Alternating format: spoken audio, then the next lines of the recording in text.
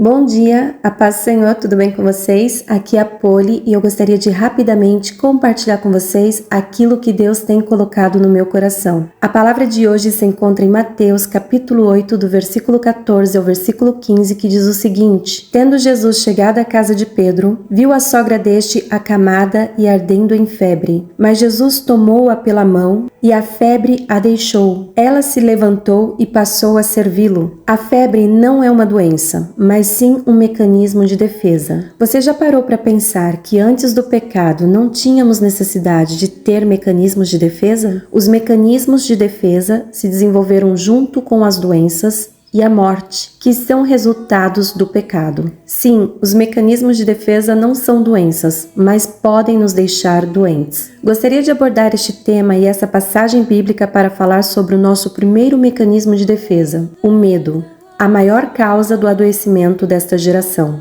Após o pecado, o medo se desenvolveu com a função de nos proteger. O problema é que com o medo vieram a dúvida, a desconfiança e muitos outros sentimentos que têm tomado o controle de nossas vidas e têm nos impedido de viver plenamente. Tudo isso é consequência do pecado e característica da natureza caída. O medo nos adoece mental e fisicamente, impedindo-nos muitas vezes de dar passos importantes em nossas vidas. O medo é o contrário da fé, e a fé é a base do nosso relacionamento com Deus. No entanto, essa é uma característica da natureza caída, e a natureza caída não tem fé, nem pode agradar a Deus. Na verdade, ela é inimiga de Deus, como está escrito em Romanos capítulo 8, versículo 7. Portanto, a única maneira de mudar essa situação, de deixar de ser uma pessoa dominada pela natureza caída para uma pessoa de fé, só é possível através do novo nascimento. O novo nascimento é o que ocorre entre a velha natureza e a nova natureza, que é o nosso encontro com Cristo. E foi isso que aconteceu com a sogra de Pedro. Ela era uma antes de se encontrar com Jesus e outra após o encontro. Sabemos que Jesus realizou muitos milagres e muitos deles não foram registrados. Veja o que João disse: ainda há muitas outras coisas que Jesus fez. Se todas elas fossem escritas, uma por uma, acho que nem no mundo inteiro caberiam os livros que seriam escritos. João capítulo 21, versículo 25. Porém, Deus deixou registrado em sua palavra a febre da sogra de Pedro, seu estado debilitado e como a febre a deixou instantaneamente quando Jesus a tomou pela mão. Aquela mulher que outrora estava acamada, no seu primeiro contato com a palavra, se levantou, saiu daquele estado e passou a servir ao Senhor. Estes versículos nos deixam alguns princípios de cura. Primeiro, o local onde ocorreu o milagre foi na casa de Pedro. A Bíblia faz questão de mencionar que, tendo Jesus chegado à casa de Pedro, Pedro era um dos discípulos mais próximos de Jesus. Os discípulos de Jesus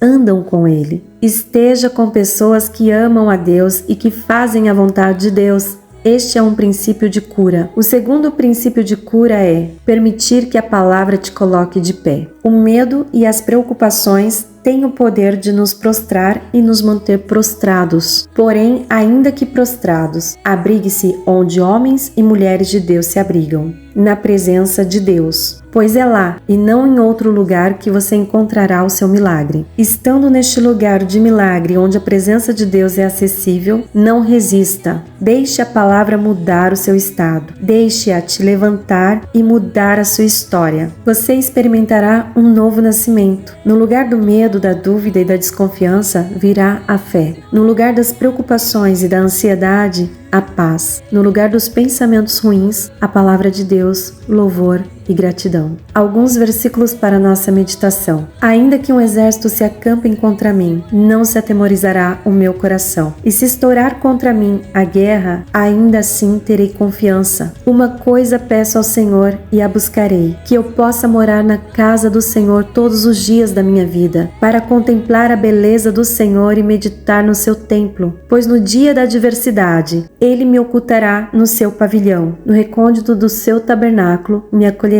Salmos 27, do versículo 3 ao versículo 5. Busquei ao Senhor e Ele me acolheu, livrou-me de todos os meus temores. Salmos 34, 4. Não temas, porque eu sou contigo. Não te assombres, porque eu sou o teu Deus. Eu te fortaleço e te ajudo e te sustento com a minha destra fiel. Isaías 41:10. Ainda que eu ande por um vale escuro como a morte, não terei medo de nada, pois tu, ó Senhor Deus, estás comigo. Tu me proteges e me diriges. Salmos 23:4. Aquele que habita no esconderijo do Altíssimo, à sombra do Onipotente, descansará. Salmos 91:1. Amém. Vamos orar. Senhor, meu Deus, meu Pai que está no céu, Deus, neste momento eu te agradeço por esta palavra e eu te peço que na tua infinita bondade e misericórdia, que nós possamos estar todos os dias na tua presença, este lugar de milagres, restauração, transformação, este lugar aonde aqueles que estão caídos, prostrados se levantam, este lugar aonde aqueles que estão sem força passam a te servir. Este lugar que gera em nós um novo nascimento. Este lugar que muda a nossa história, muda o nosso estado. Pois é na tua presença, Senhor, que somos livres do medo, da desconfiança, da dúvida. Porque é na tua presença que verdadeiramente somos protegidos. Em nome de Jesus eu te peço, em nome de Jesus eu te agradeço. Amém. Que vocês tenham um lindo, abençoado e maravilhoso dia na presença de Jesus.